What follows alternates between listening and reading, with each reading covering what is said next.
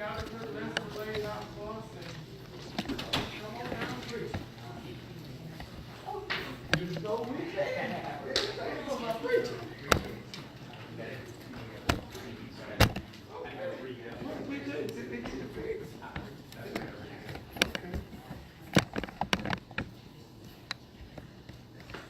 Let us know this page 28. Page 28. And how my sister Hook's doing tonight. That's great. Yes, that's good. That's wonderful. We just prayed for you and you walked in the door. Nothing wrong with that. Page 28. Everybody have it? Let us all sing. When the Savior calls, I will answer. When He calls for me, I will hear. When the Savior calls, I will answer. I'll be somewhere listening for my name. Oh, I'll be somewhere listening. I'll be somewhere listening. I'll be somewhere listening for my name. For my name. Oh, I'll be somewhere listening. I'll be somewhere listening. I'll be somewhere listening for my name. If my heart is right when He calls me, if my heart is right, I will hear. If my heart is right when He calls me, I'll be somewhere listening for my name.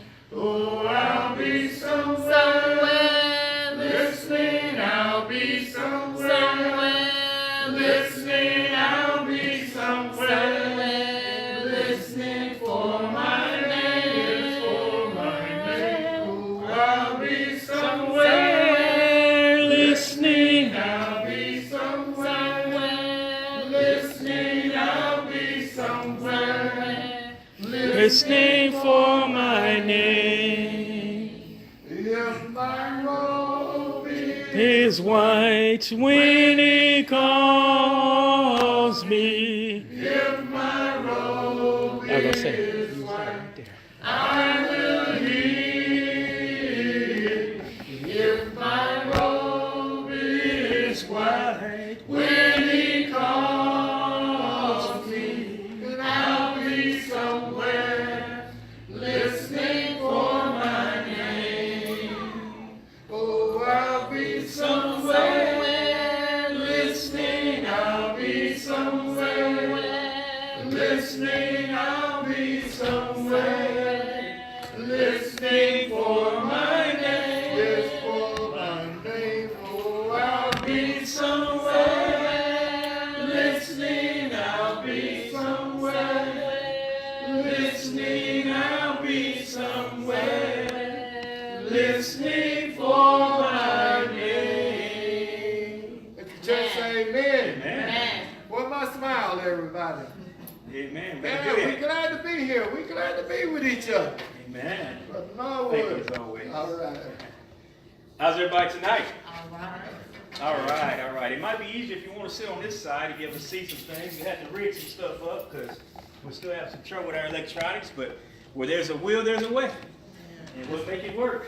No matter what. If we have to use duct tape, we'll make it work, right? Too cold for everybody. One way or another. Everybody's okay? Too cold? Let me turn that thing down some. You can't have my sister who's cold. All right, we'll go ahead and get going. Of course, we're in Luke 15, and we're continuing our story on the prodigal son. But one thing I want to let you know is that, again, we're going to study from a more adult version of the story. Same truth, but we're going to do more of applying it to our lives and and perhaps even taking ourselves down memory lane. And so we'll continue on with Luke 15. All right. We talked about the prodigal son and how he wanted his inheritance earlier. Y'all remember the story, right? And then he went off to a far-off country, and he left the comforts of his father's house. And, of course, he left structure and he left rule, of course, in order to be independent, right? But we found out later on in the story that he wasn't ready for it, was he? You know, when you're trying to go out there without parental guidance, in our case, without what parental guidance? When we leave the church, who are we really leaving? We leave God himself, right? And so really, we actually are the prodigal son too, because we are doing what? We're not going by parental guidance, right? And we're definitely not ready for the world at all without God. No matter how grown we think we are, right? Spiritually, we cannot handle it without God in our lives. But of course, we wanted to take it in a different context as well, because we were talking about what happens to our children, right? When our children aren't prepared for the world, what does the world do to them? It eats them alive, doesn't it? They think they're ready for it. You know, how many of you thought when you were 17 you were grown? That's usually the worst time, right? Probably 17 for the boys, 16 for the girls, somewhere in there. Y'all get a little more fast and we get managed, believe it or not. One or the other. But I guess that's debatable, right?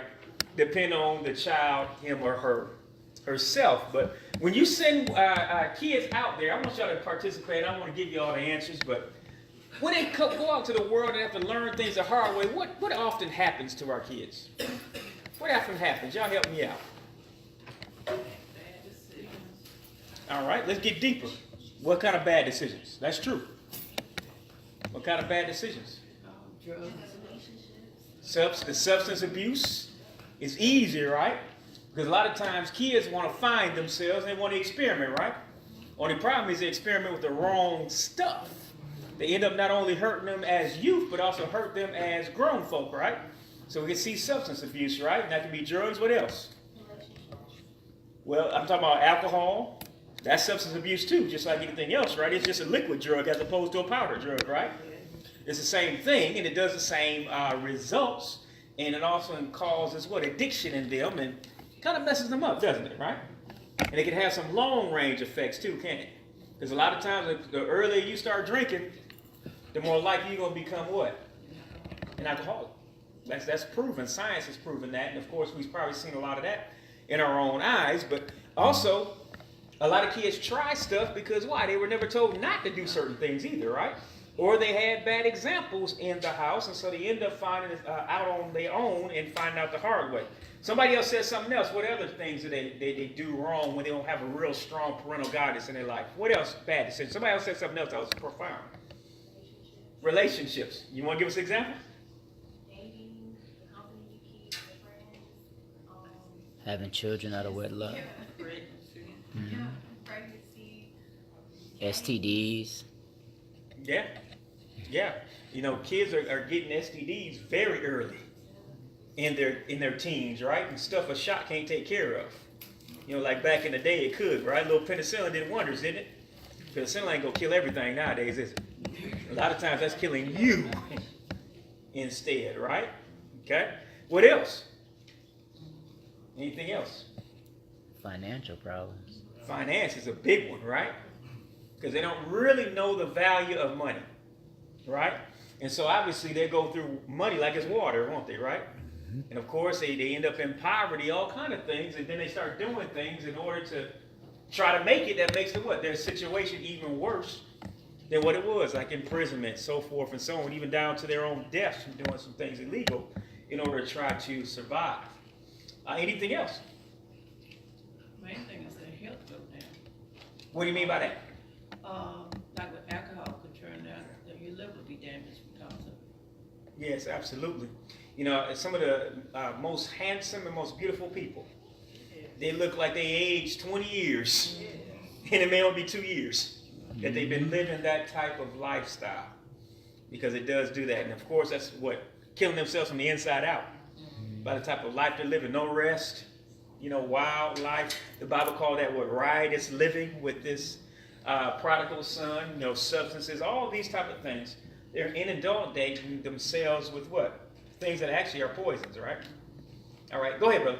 I think you had your hand up. You know, you mentioned relationships a moment ago, but most times people think about a relationship with someone of the opposite sex. But you know, people can exercise a lack of wisdom in choosing their friends. You know, and that can lead to bad news as well. So, you know, people get out and do things that their friends do. You know, people can get in trouble. You know, like you had some fellas that shot a man downtown. Well, one person shot on about 5 of them in that group. Then they went up to Huntsville and did something similar to that. You know, but all of them in trouble. You know, all of them got in trouble. Well, you pull the trigger. You know, you can choose the wrong ones to keep company with. Yeah, and if they're doing evil things, you wind up having to pay for it as well. Guilt by association. Yeah. And then they have you doing things that ordinarily you perhaps wouldn't have done, as far as abusing the various substances we mentioned, you know. And I know of a young man who, you know, I know he came up in a good family, but, you know, he was in the church, you know.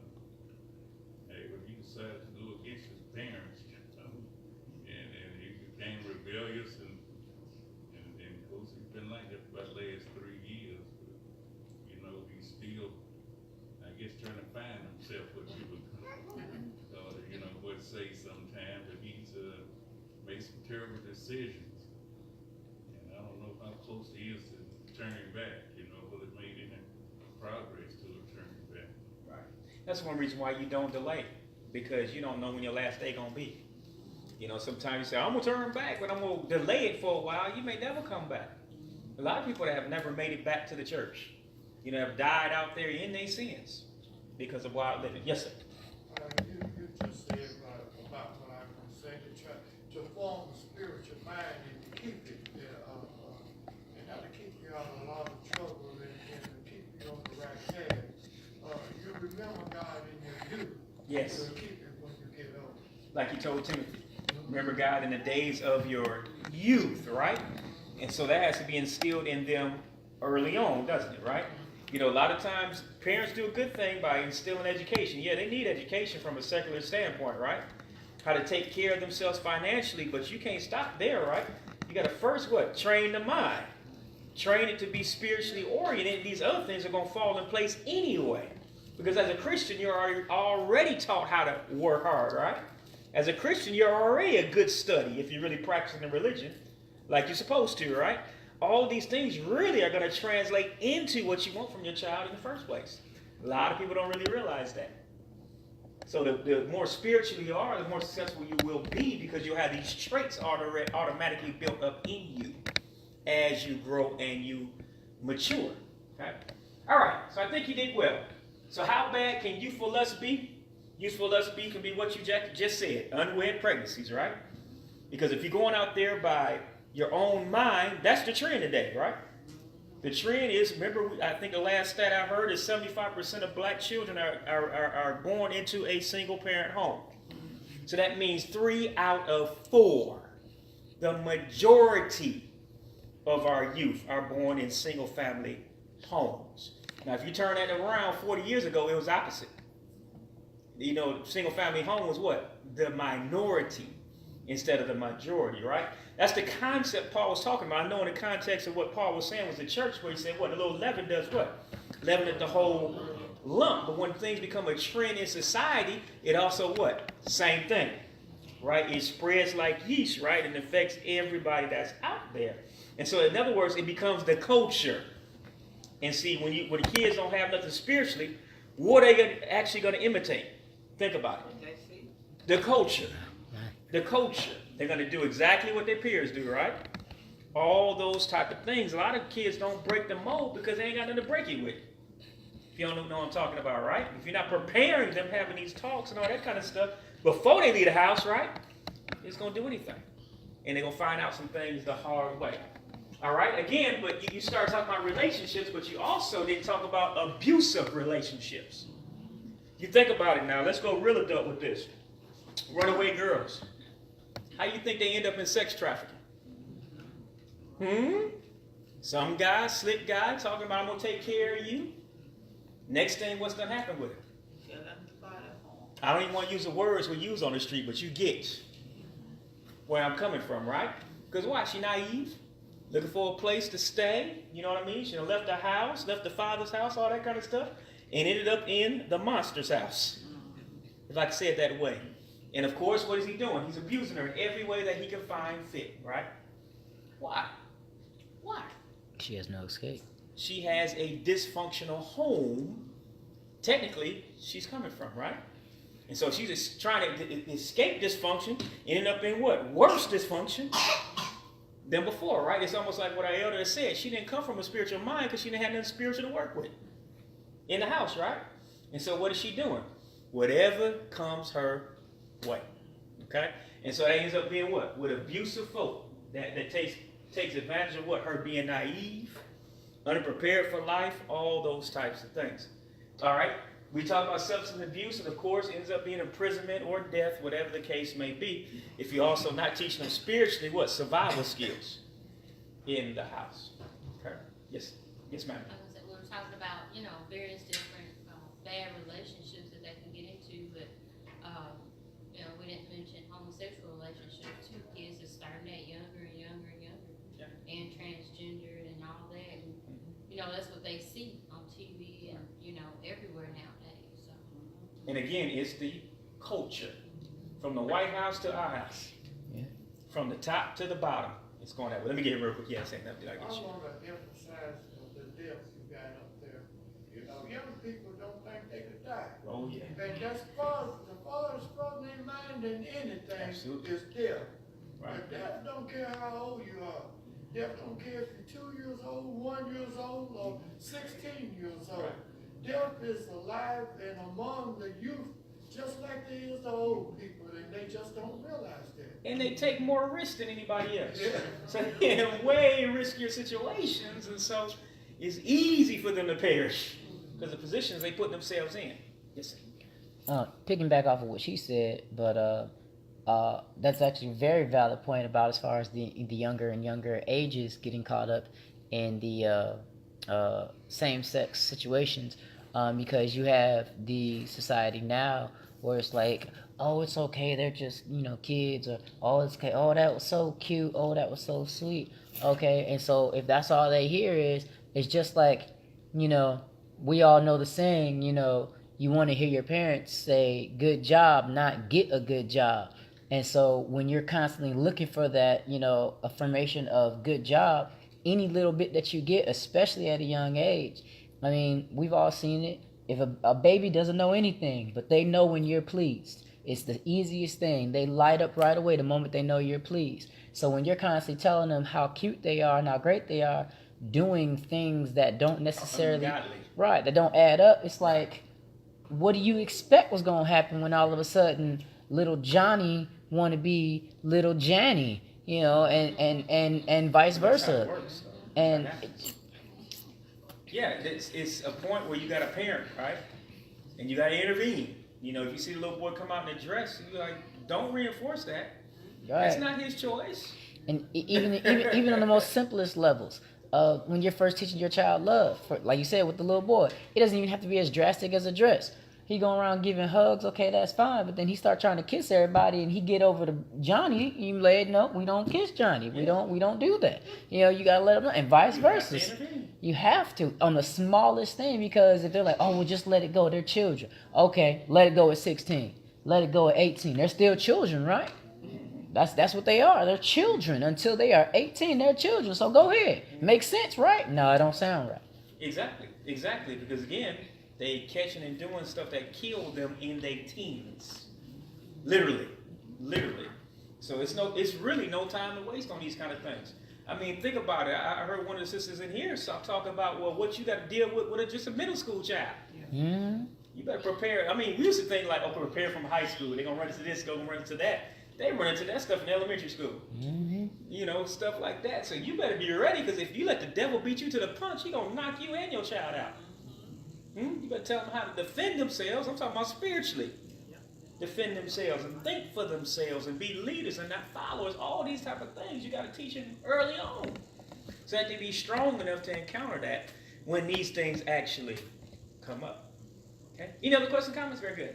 We don't have the neighborhood security like when I was growing up. Yes.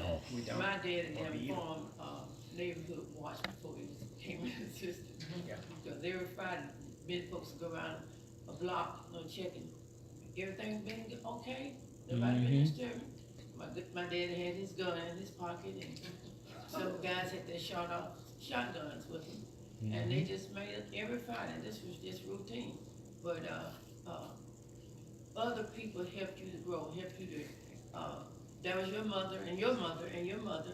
You know, they all could whip you, and then you get a whipping because you got a whipping. Right. But I'm laughing with you now, actually, because again, we have a culture change. Mm-hmm. Remember, back in the day, people called the police. Yeah. You know, they policed the neighborhood themselves, but now you do that, you call it a snitch. And that's a bad word. It is? I'm going to let you break into my neighbor's house? Because if you do that, you're going to break into my house. Or the police gonna be just They as don't- bad. You know? You gotta worry about that too. Yeah, well, we going to assume they good. We're going to assume that they're good. They But sure. anyway, but you get the point, though. You see how, again, culture changes the values of a community, where a community don't care nothing about themselves or each other anymore. Like you said, you know, when I was a kid, we were little kids. We could walk at the street at night, nothing happened to us. We lived in that type of neighborhood, all blacks, and we They ain't. didn't knock your door either. Yeah, you really didn't have to. You didn't have to. That's just me growing up in the 80s. You know, where I was from, we could just do whatever we want to. And again, if you mouthed off to an adult can take care of you, and All the way mama you wouldn't got say it. nothing about it. Because you're going to get a second whipping. Yeah, Right. absolutely. Because one of the things, too, neighbors knew neighbors. They know if that neighbor got you, you did something to that neighbor. Or they did something you did something that warranted that, you know, too. But how many of you know your neighbors like you used to? Again, what is that? A cultural change. No more community. None of that kind of stuff. And so that's what Satan has made our lives dry, right? Where we don't know each other, don't love each other. The less love you have in the world, the more craziness you're going to have everywhere you go. So he's been programming the world for a long time in order to get it to this point. We have sadness just only in the church. You will try to tell a child not to do something, but then the mother come back, you don't tell my child that, I'll do that myself. You know, this type of stuff. And that has happened right here in this sure. congregation. I'm sure. But again, it's the same thing, unfortunately. I hate to say that, but it is what it is. All right, let's look at this for a minute. Go back to your examples of what you talked about now. The prodigal son made all these bad choices in Luke chapter 15, didn't he? Think about it. He sure didn't have any wisdom financially. The brother exposed that later on in the story, right? He said he spent all the money on what? On harlots, right? Loose women. You know, typically the Bible, that means a prostitute, or it could just be a loose woman, period, right? Whatever the case may be, he was weak for the opposite sex, right? And so his money, his pockets paid for that, right? And so obviously that's linked to the human sexuality, right? That had to be out of control for him to be like that. Yes, ma'am. For Norwood, that's something that I tell the kids that be around me, you know, they won't engage in sexual activities that you shouldn't do it. God didn't ordain it. And then when I get on, I say that's between you and God, because you already know that it's wrong. But I always tell them to look at the fact when they want to go out here and they have babies, by these boys that tell them they want babies, and they don't realize them they ain't even old enough to get a job. Right. You a So baby. they cannot even take care of it. So why would you try to get some out of baby who can't even help you to take care of that baby? Yeah, You exactly. have to sit there and look at that. Financially, he's not ready. Then he's angry with you because you got a baby and he got to take his money and give it to you. Now, how dope can I be with y'all tonight? You're the only way. All right. You know that. Church, women in the church know that too, that have daughters. But they let the boyfriend move in with them. I know cases of that in the church. May not necessarily be Henry Street, but I know cases of that is happening. And they wonder why the young lady get pregnant. You enabled it. You set the foundation, the grounds for that. That's a little bit too much freedom. Oh, amen. Now, come on. Everybody understand human sexuality. Yeah, everybody know what hormones are like. And then if you have people attracted to each other and they're young, they're going to do what they do. Yep. And you enabling that to happen. And you got women that are bringing them, get them men in for their daughters. So, and you know, their rationale is, well, they going to do it anyway. I might as well have it in a safe environment. Ain't no environment safe for that. Yes. Go ahead. I wish my aunt was here because she would probably say amen really loud. When I first started really actually dating in my early 20s, I couldn't even have a boy spend the night, let alone into the house. That's true. And my mother's the same way. If he did spend the night, it was at the rooms, which was not very often. I think I had a guy stay one time, maybe twice in the day. He stayed in one room and I stayed in another room, and she knew it. It was not in the same location. And she got up and she checked just to make sure that no funny business was going on. So that's not alphabetical. I don't get why parents, granted they're all younger parents, are letting that happen because they're not instilling in their children, hey, that's a bad idea. Hey, you should raise a marriage to interact with something like that. Hey, you're not raising the children. You need to get, God in your life. You need to get your education. You need to get a good guy. It should be in that order, not whatever that order is. Well, you said one thing I'm just going to disagree with. What I mean by that is that they ain't all older mothers doing it. I mean, younger mothers doing it. Mm-hmm. Some of them old heads, too. And it's not just the women either. Some men. Vice versa. Bringing in the girls for their sons and stuff. Doing that nonsense. Oh, my little son. Yeah, you go ahead and rack that stuff. That's foolishness. Yeah. But again, that's our culture, too. From a male perspective, we give them a high five for being ungodly and then chastise our daughters for the same thing. Shouldn't be no double standard, guys. Fornication is fornication. Enabling is enabling. Whether it comes from the male child or the female child, they both should be taught the same thing. Chastity, virginity, all that. Bring it to your marriage. It'll be worth it in the end. All right? So obviously then, all these add up to what? Evil companionship too, right? And so obviously they all can bring in, I like to call it, what do you call it? Losing my train of thought. Dead weight in your life, right? Why you want to start off, especially as a young person, why you want to start off with a bow anchor in your life? Things that's going to hold you back from success, spiritual success, sometimes financial success. All of these things are linked to the decisions you make early on in your life.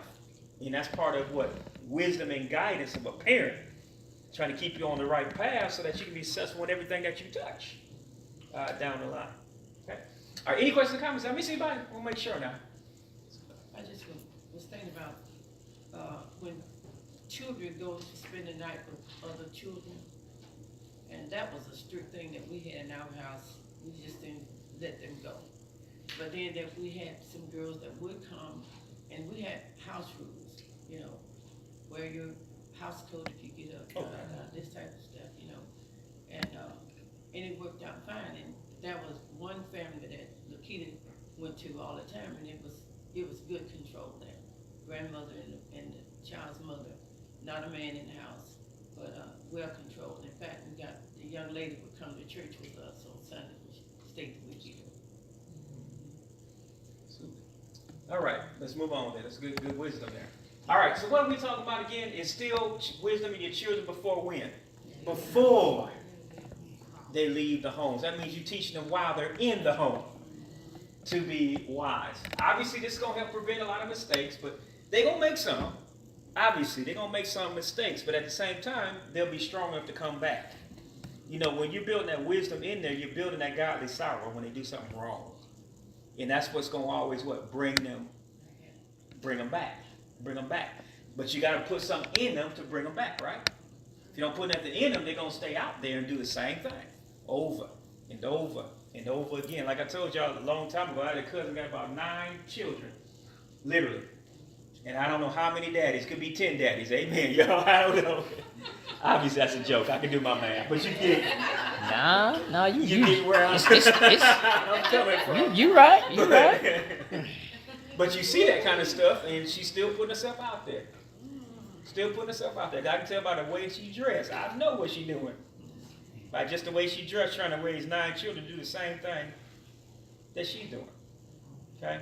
And so obviously that's a bad example too as well. So that's another part about it. You know, you can't just guide children by what you say. You got to guide them by what you do. All as much. That's going to speak more than what you say, right? So they have somebody to role model themselves after. Okay? So I always think about that. Even if your child make a mistake, know that you put something in them to help them. Right? I think I had one cousin once. And this is one of the smarter cousins in my family. He went to jail one time, ain't been back in 20 years. He's like, I found out. This ain't worth it.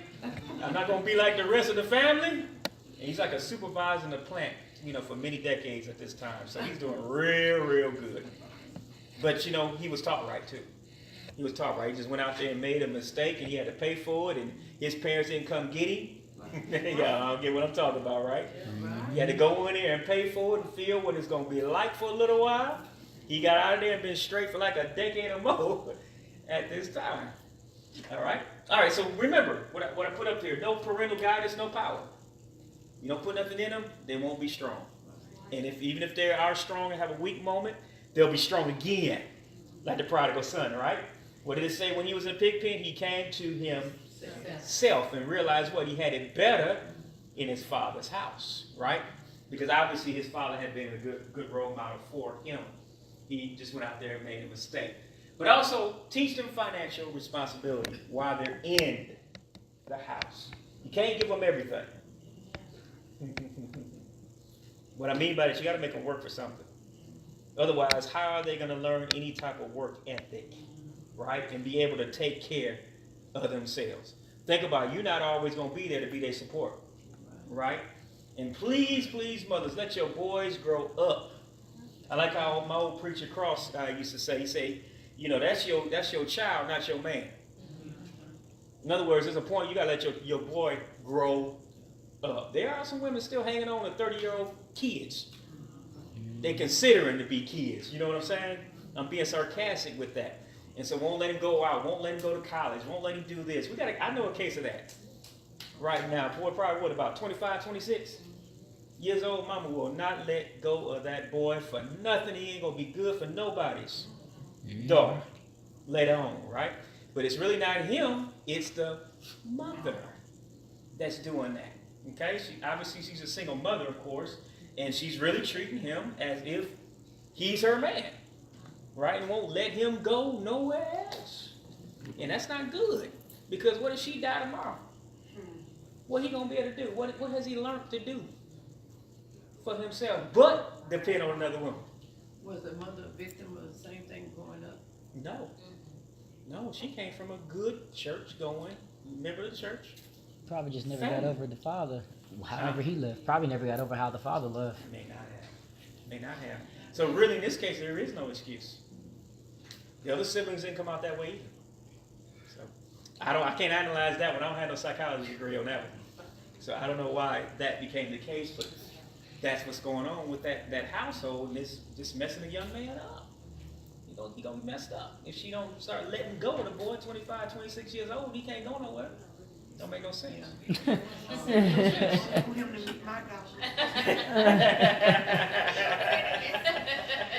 I get so scared when I use real world examples, like I'm going to slip and use the name. And it's on camera.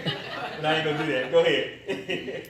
You know, Brother Norwood, in the beginning, God provided for man to live off the land. Food, clothing, and shelter was given from the land. In other words, but in today's time, you got to have money to make a living, because man lost his way on how to use the earth as food, clothing, and shelter. It was provided, and slowly it evolved. Man lost his way on how to provide for himself off the land. But you got to have money now to survive. And I know the Bible says money is the root of all evil, but you got to have it now. And you just got to have it to live off. Yeah, the love of money. Yeah.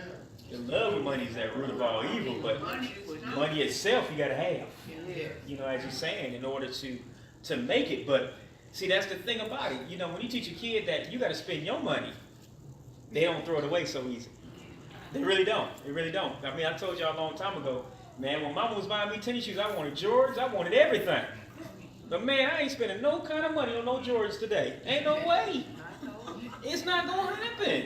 It got to be about giving away in order for me to spend that type of money. Because why? I earned that money. Now I ain't going to just throw it out like that. But back in the day when it was Mama and Daddy doing it, oh yeah, go ahead, charge it, Mom. That's good.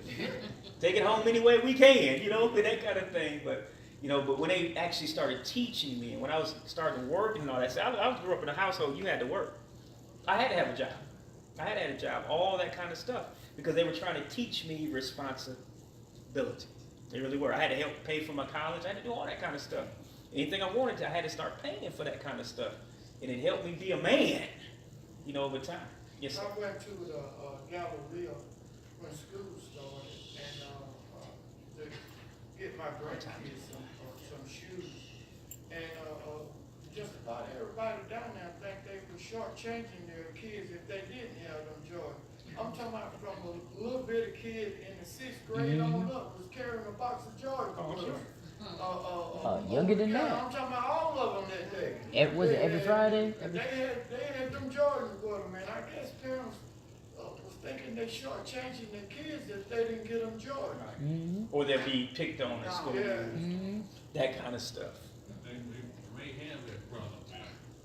You know, because it's been a long time since we had kids like that.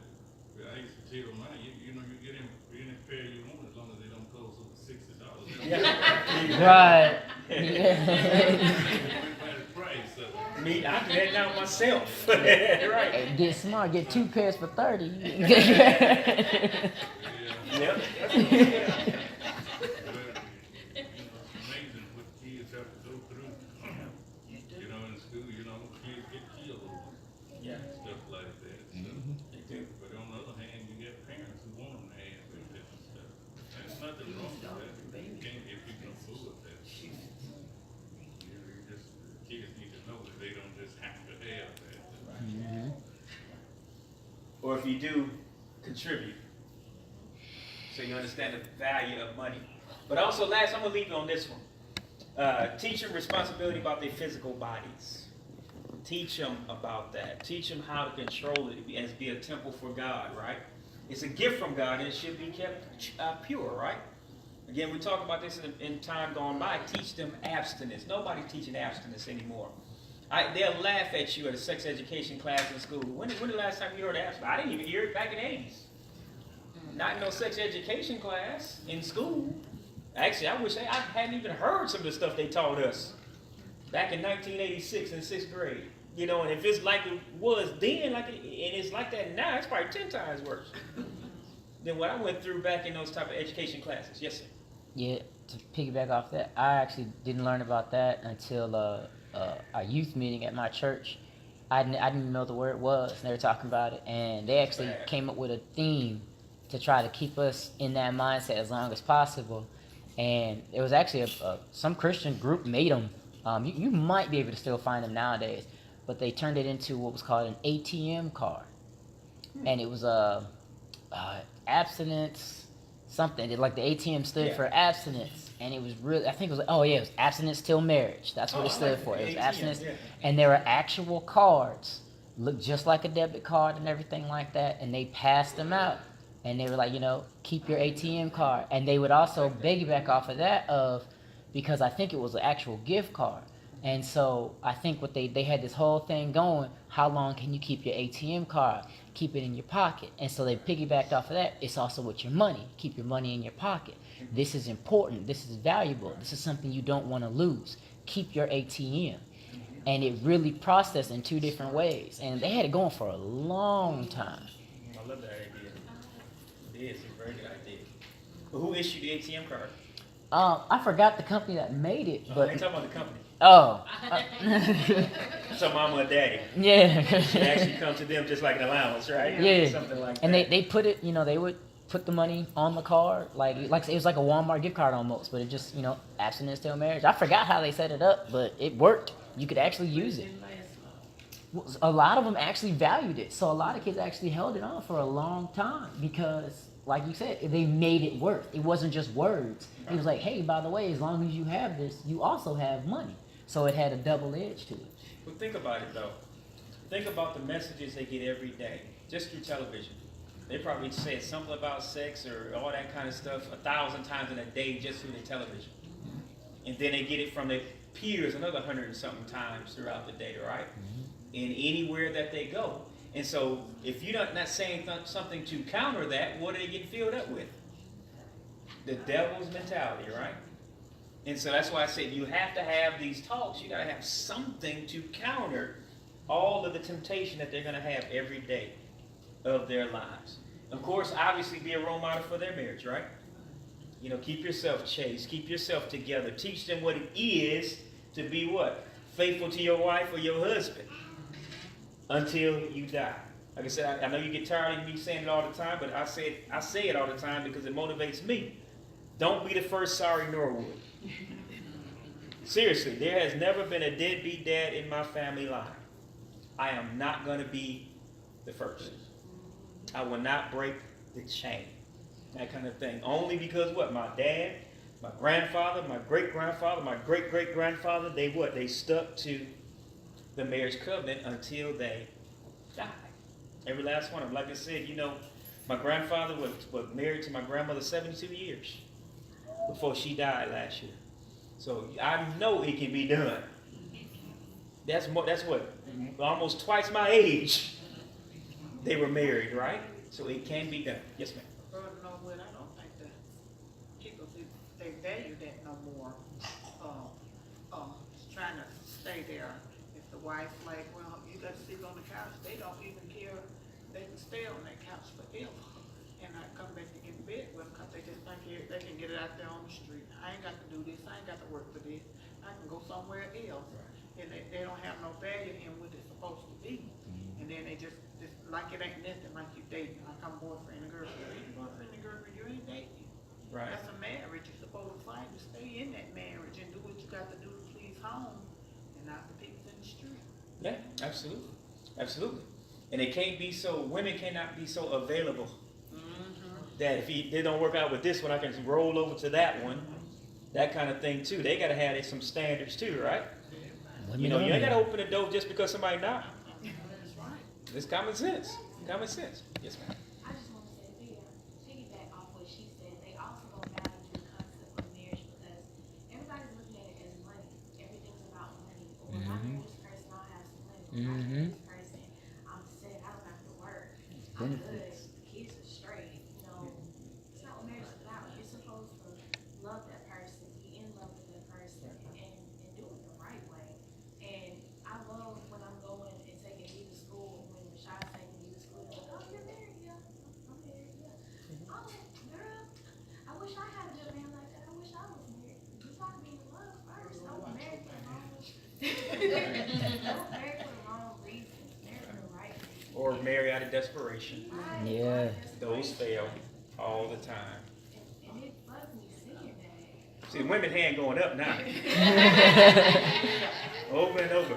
All I can tell you, I'm glad I was broke when I met her. That's why that thing worked out, man. You Go knew ahead, she sis. loved you. Yeah, right. Yes. I was working, but I was the working poor.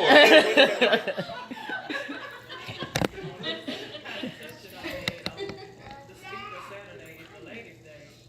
A big problem now is people are getting married because it's cute, it's trendy. I want to look cute in my beard wing, got my wedding dress, I want to wear my ring. Take them pictures. Now it's supposed to, like people just say the vows just the same. It's an event. Mm-hmm. Yeah, instead of a lifetime. Yes, it's a show. Yeah, How many seasons you gonna get in this show? yeah. Exactly. Hope you can make it through the unknown, man. I mean, Right. Terrible. Trying to get past the previews. yeah. Let me get it real quick. We got to end here, y'all. Time is up, believe it or not. I was just gonna say that when Richard was, he used to preach a sermon, take time to know her. And he stressed, you just don't grab the first thing that's out there, You take time to know about the family and the person and what he has in mind and what he has for the future and this type of stuff, just don't jump into it, you know, like you've been saying. Absolutely. But we gotta shut it down, believe it or not, guys, ladies. So let's get a brother, give us a song real quick, if you can, and we'll transition to the next part. But good class tonight. Appreciate you.